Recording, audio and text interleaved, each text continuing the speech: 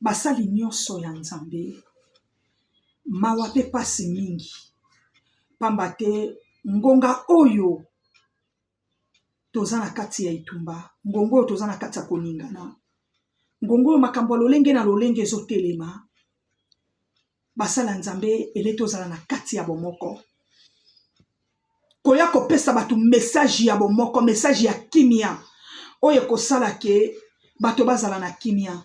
Me basala Nzambe bazoya kopesa batu message ya division, bazoya kopesa batu message lisusu oyo koyi kosala ke batu bazanga kimia, batu bapotana, oyo kosala ke batu basimbana.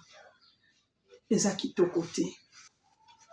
Lelo mosala Nzambe oyo koyi kotelema olobaki ngana okoka kosangana na bato basambelaka bonzambe ya bakoko te. Ya pasi pe mawa mingi. Est-ce que otali momo oyo ozopesa message ya bongo? Est-ce que ngongo oyo eza ngongo bongi topesa batu message ya kimia to bongi topesa batu message ya division? Ngongo etumba eza na kati ya mboka. Eza pasi pe mawa mingi pona basali ya Nzambe.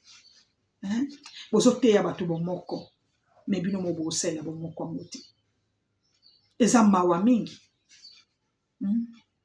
O eza distraction.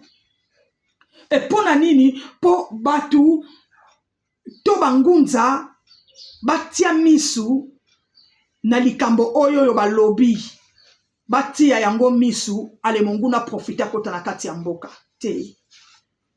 Bangunza nde bayo bayebi sekele ya mabele. Bonzambe ya bakoko nde yango yebi sekele ya mabele. Toko pesa nzela te, toko fongola porte te, toko kanga toujours porte pona ko batela mboka na biso. Mais